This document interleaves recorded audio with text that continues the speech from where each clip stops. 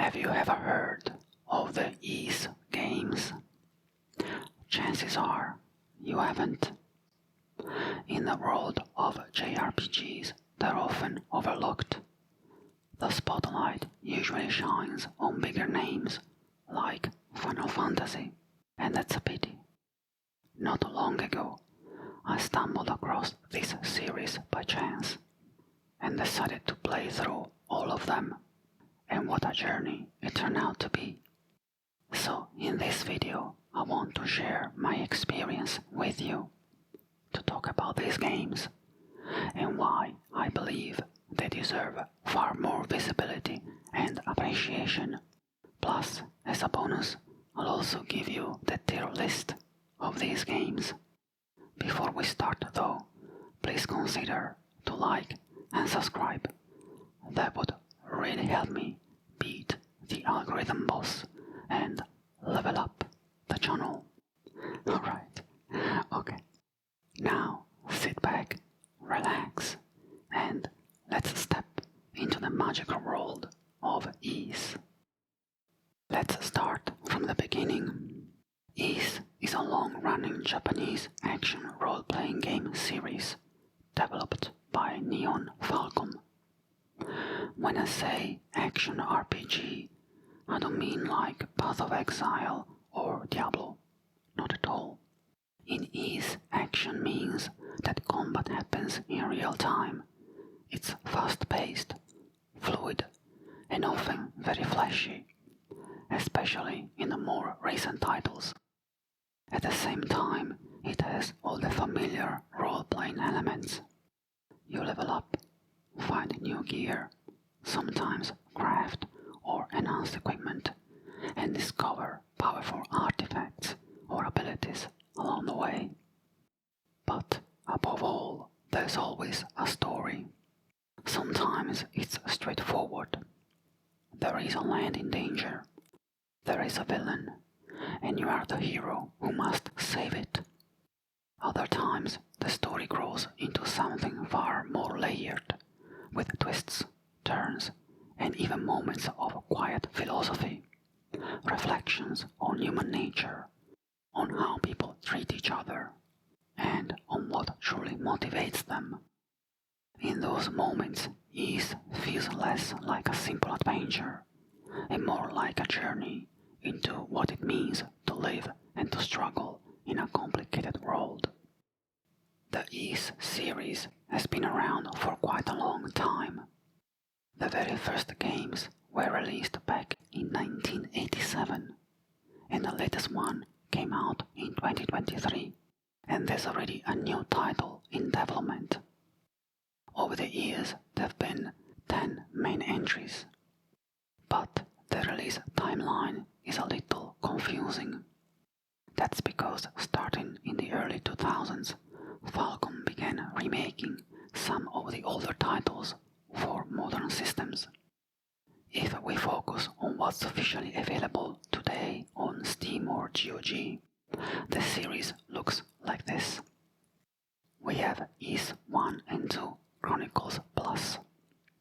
These are the remakes of the 1987 and 1988 originals. They're always bundled together, since they form one continuous story split across 2 games. Then we have Ys 6, The Ark of Napishtim. Yes, we jump from 2 all the way to 6, because the original 4 and 5 never received proper remakes, and unless you own the old Japanese versions released more than 30 years ago, they're not really playable today. Then there's Ys the Oath in Felghana, which is actually a remake of Ys 3, but it was released after Ys 6. You see what I mean? The releases are a little all over the place. After that comes Ys Origin, then Ys 7, followed by Ys Memories of Celceta. And from here the naming is more straightforward. We have Ys 8, Lacrimosa of Dana, Ys 9, Monstrum Nox, and finally Ys 10,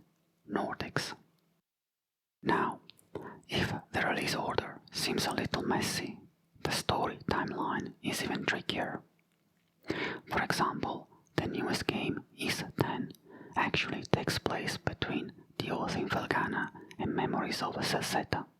Ys Origin is technically a prequel to Ys 1 and 2, and the rest of the games are scattered all over the place as well.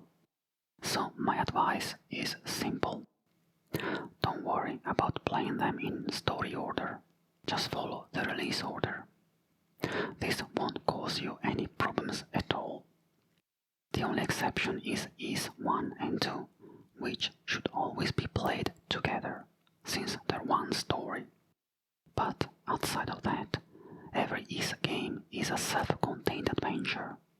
You don't need to know what happened before to enjoy whatever story you're playing. So, what makes these games special? At the heart of it all is the protagonist, Adol Christin, a self-proclaimed adventurer who, at just 17 years old, decides to leave his homeland behind and see the world. Each game is essentially a chapter in his long journey, from his earliest adventures in Ys 1 and 2 to when he's a little older, like in Ys 9, where he is about 24. Adol is the classic silent hero. He doesn't speak, but he embodies courage, kindness, and a relentless spirit of discovery. An unstoppable swordsman, always pulled toward the unknown, like a moth to a flame. He is guided by high ideals and strong morals, and he never turns away from doing what's right. In every game you begin weak, but by the end, Adol has the strength, weapons, and abilities to face down gods, or godlike creatures. It's even become a running joke in the series. Somehow, between each adventure, Adol always loses all his power and equipment, and has to climb back up from the bottom again. Not to mention that somehow he always manages to be the chosen one, no matter where his travels take him. These are familiar tropes in role-playing games, but in Ys they're part of the magic. Each new story brings the excitement of discovering what powers Adol will earn, what equipment he'll uncover, and how the stakes will rise. And the stakes are always high, because wherever Adol arrives, trouble soon follows, not just for him, but for entire nations, or sometimes humanity itself. And that's part of the charm of Ys. It's easy to step into Adol's shoes, to immerse yourself in his adventures, and to feel connected to the struggles of the people around him. As I mentioned earlier, the stories in Ys vary in depth and in how they're told. The early games are more straightforward, simple tales of danger and heroism. But even then, they're compelling, and they give you that drive to push forward, to save the land, and to protect the people. In the later titles, the storytelling becomes more layered.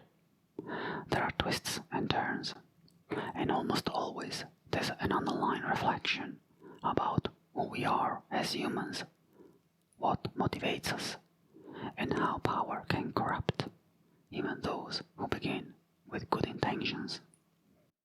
The newer games also spend more time developing the characters around Adol. By the end of each story, it's easy to feel attached to them, to care about what happens next. And yet there's always a certain sadness too, because Adol never stays. He cannot. His destiny is to move on, to seek new horizons. He is and always will be an adventurer. And then we have the gameplay. The Ys series spans decades, and you can really see the evolution, not only in the graphics, but also in how the developers draw you into each world. Combat is always fast-paced, always in real time. In the newer games, that intensity is enhanced with special skills, powerful attacks, flashy combos. Exploration is just as important.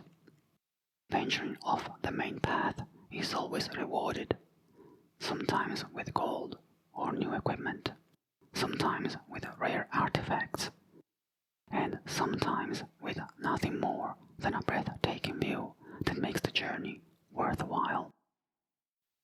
The first games, Ys 1 and 2, used a simple top-down perspective, a bit like The Legend of Zelda: A Link to the Past. Then they moved to an isometric style, adding light platforming puzzles that made you think creatively about how to reach that one chest containing a vital upgrade. From there, with Ys 7, the series made the jump to a fully 3D engine. Combat expanded too. Now you had companions at your side, controlled by the game AI, but you could freely switch between them at any moment and take direct control of their character. In more recent titles, Falcom layered on new activities: crafting, potion making, cooking, fishing, little touches that keep you engaged with the world. And finally, we have the soundtrack. From the very first games, the music of Ys has always been exceptional, a true 10 out of 10. During combat, the themes are high energy and rhythmic, pushing you forward with adrenaline. And in the quieter, more dramatic moments, the music softens, becoming somber, almost reflective. It's one of those soundtracks that stays with you even long after you've stopped playing. Now, since there are so many games in the series, I thought it would be nice to create a tier list. For me, all of them are good in their own way, but if we look closely, some stand out more than others. So here's my Ys series tier list. The score is simply an average between how much I enjoyed the story and the gameplay. And don't worry, there won't be any story spoilers. Let's begin with Ys 1 and 2. As I mentioned earlier, these two games tell one single story divided into two parts. The plot is simple but effective. A great evil threatens to destroy the land, and Adol must rise to the challenge. From the very beginning, it feels epic, and the finale gives a rewarding sense of closure. For the story, my evaluation is an A. The gameplay, though, is a little trickier. These games introduced what Falcom called the bump system. Instead of pressing a button to attack, you literally bump into the enemy. But you can't just bump head on. That will get you hurt or killed immediately. You need to strike off center at an angle. It feels strange at first, maybe even awkward, but after a few minutes, if it clicks, it works fine. To be fair, you don't need to fight every monster you see. You can usually run past them, but sooner or later you'll need to level up and earn gold for better gear, so you have to engage with it. The part I found less enjoyable instead comes toward the end of Ys 2, when you have to go around what it is substantially a vast labyrinth filled with dead ends and look-alike areas. Add in a bit of backtracking and sometimes unclear hints about what to do next, and overall the pacing suffers. So for gameplay, I give it a B. And as per my made-up rules, the average between A and B gives Ys 1 and 2 a final score of A. Next, we have Ys 6, the Ark of Napishtim. Right away, I have to say that the story was a little disappointing for me. Some characters are introduced as if they'll play an important role, but then the game almost forgets about them. Meanwhile, the main antagonist just seems to appear out of nowhere, with very little build-up, and not much development afterwards. The foundation of the plot is interesting, but the delivery feels uneven. So, for the story, I give Ys 6 a C. The gameplay is also something of a mixed bag. This is the first title where Falcom switched to an isometric perspective. The bump system is gone, and now Adol attacks with a button press. He can also jump, and over time he gains new powers to enhance his sword. The game includes light platforming puzzles. They work well enough, but the controls feel a little imprecise, not quite as polished as later entries. You can definitely see the early structure of what would be refined in later games. But here it feels a little rough around the edges. So for the gameplay as well, I have to give Ys 6 a C, which means that overall Ys 6, the Ark of Napishtim, ends up with a final score of C. Now let's talk about Ys, the Oath in Felghana. The story here is fine, not as messy as Ys 6, but also not particularly surprising. Some of the characters feel underdeveloped, and there's a plot twist that you can spot from a mile away. Still, it's serviceable and holds the adventure together. So, for the story, I give it a B. As for the gameplay, Felghana runs on the same engine as Ys 6, and you can see some clear improvements.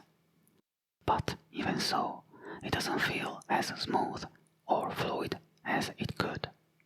The platforming puzzles are still a little imprecise, and annoyingly, they added more flying monsters than the previous title, and they are really difficult to target in a 2.5D perspective.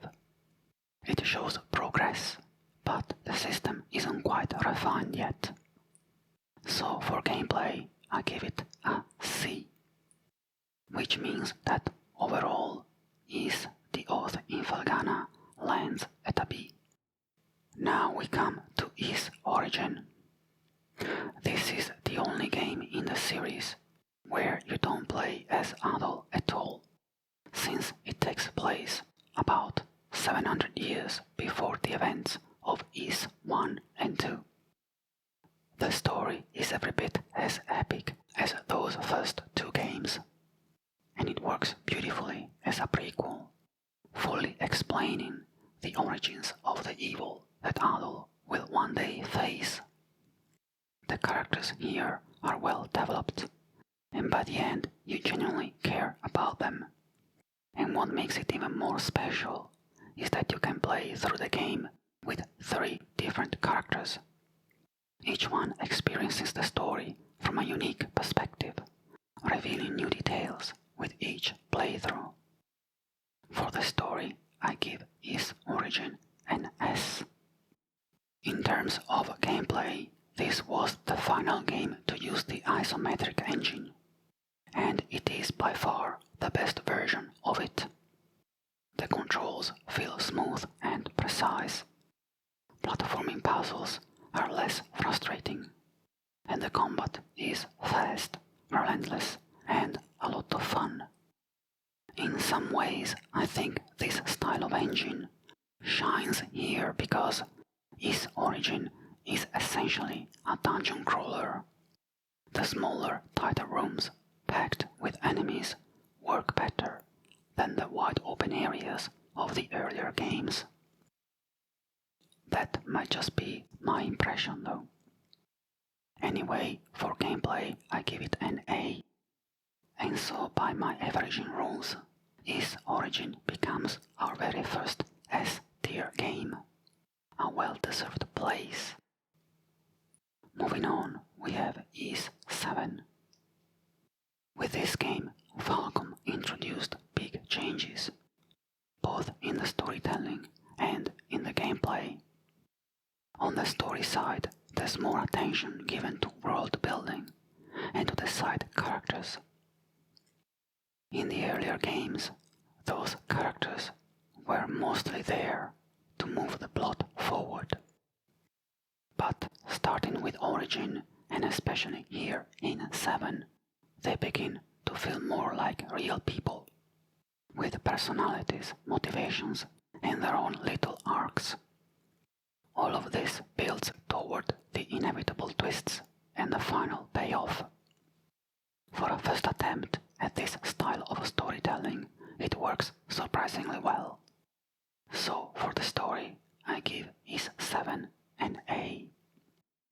The gameplay, though, is where we see a real revolution. Ys 7 introduces a fully 3D engine and companions. Adol is no longer fighting alone. Now he has two allies alongside him, controlled by the game's AI. But at any time, with just a button press, you can switch and take control of them directly. This becomes important because certain enemies are weak to specific attack types, and swapping characters is the key to victory. Falcom also added a dodge mechanic, though honestly, it feels like a last-minute addition and it doesn't add much to the combat. On the bright side, the awkward jumping puzzles of the older games are gone. Still, as a first version of this new combat system, the gameplay feels a little rough around the edges.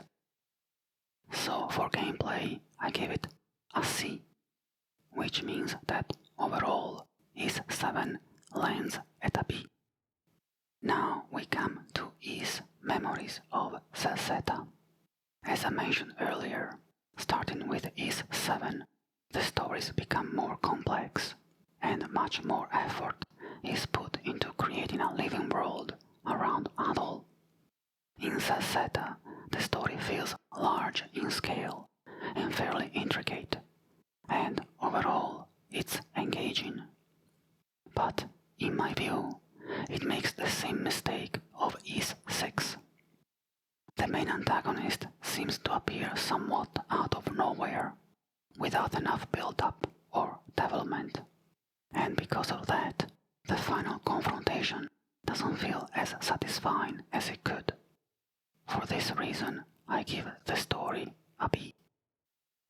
Gameplay, however, shows a clear step forward from 7.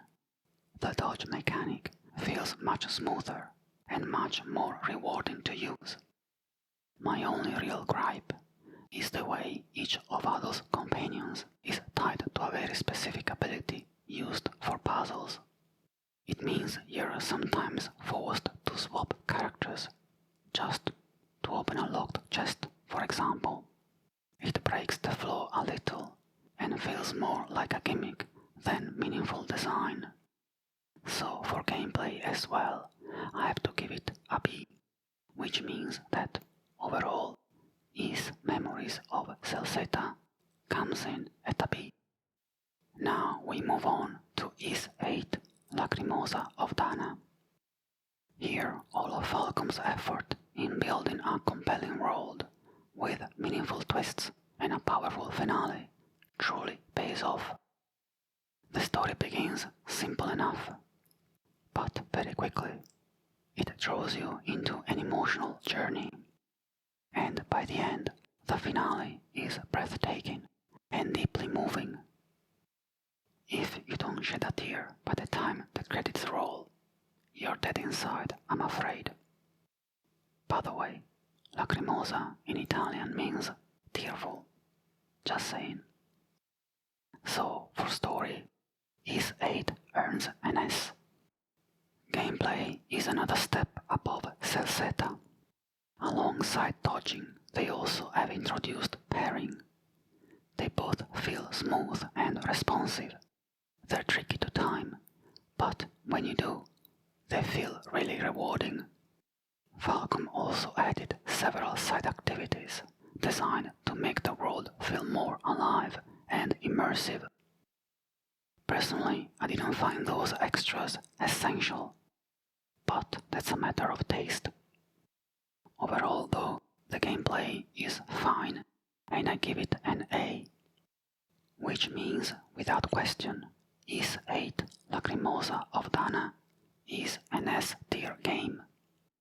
Next, we have Ys 9 Monstrum Nox. With Lacrimosa of Dana, Falcom has set a standard in storytelling that they cannot walk away from. And indeed, the story here is equally gripping and weird at the same time. For me, it's not quite as powerful or moving as Ys 8. So, for story, I give it an A. Gameplay, though, is where Monstrum Nox really shines. Traversal feels incredible, giving you a real sense of freedom as you explore the city. By the way, the game is almost entirely set inside a big city. At times, it almost feels like playing one of Rocksteady's Batman games. Soaring, climbing, gliding from rooftop to rooftop. Another improvement is that companion abilities are shared among the group, which removes the constant character swapping that was required back in Celceta. A small change, but a very welcome one. For gameplay, Ys 9 earns an S, which brings the overall evaluation of Ys 9 Monstrum Nox to S tier as well. And finally, we come to Ys 10 Nordics. The challenge with any new Ys game is that after Lacrimosa of Dana, it's very difficult to match that same emotional impact. Having said that, Ys 10 comes surprisingly close. The only issue is that the strongest, most powerful parts of the story are held back until the final third of the game. For much of the journey, you only get vague hints of what is really happening. At the same time, many characters clearly know the truth, but refuse to share it, giving you only fragments here and there. So annoying. The stakes are high from the beginning, but the pacing feels like it drags. Fortunately, the finale delivers an emotional and powerful resolution, which lifts the overall experience. For story, I give Ys 10 an A. Gameplay is something of a mixed bag. On the positive side, Ys 10 introduces naval combat, as well as a new duo combat system.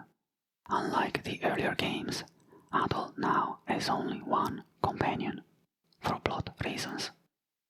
And together they can unleash special simultaneous attacks. The naval combat, while fun at first, does start to feel a bit repetitive over time, though it never becomes boring. The duo combat system is very strong, maybe too strong. It makes regular combat feel less relevant, since you often just wait for those powerful abilities to charge before using them again. The traversal compared to Ys 9 feels limited. It's a very scaled down version of what came before, with less freedom and more of an on-rails design. So for gameplay, I also give it an A, which means that overall Ys 10 Nordics earns a final score of A. And with that, we have graded all the Ys titles. What do you think? Have I misgraded some? Was I too generous? Let me know in the comments. Thank you very much for watching. Let me know in the comments if you like the Ys games, or if you're going to give it a try now.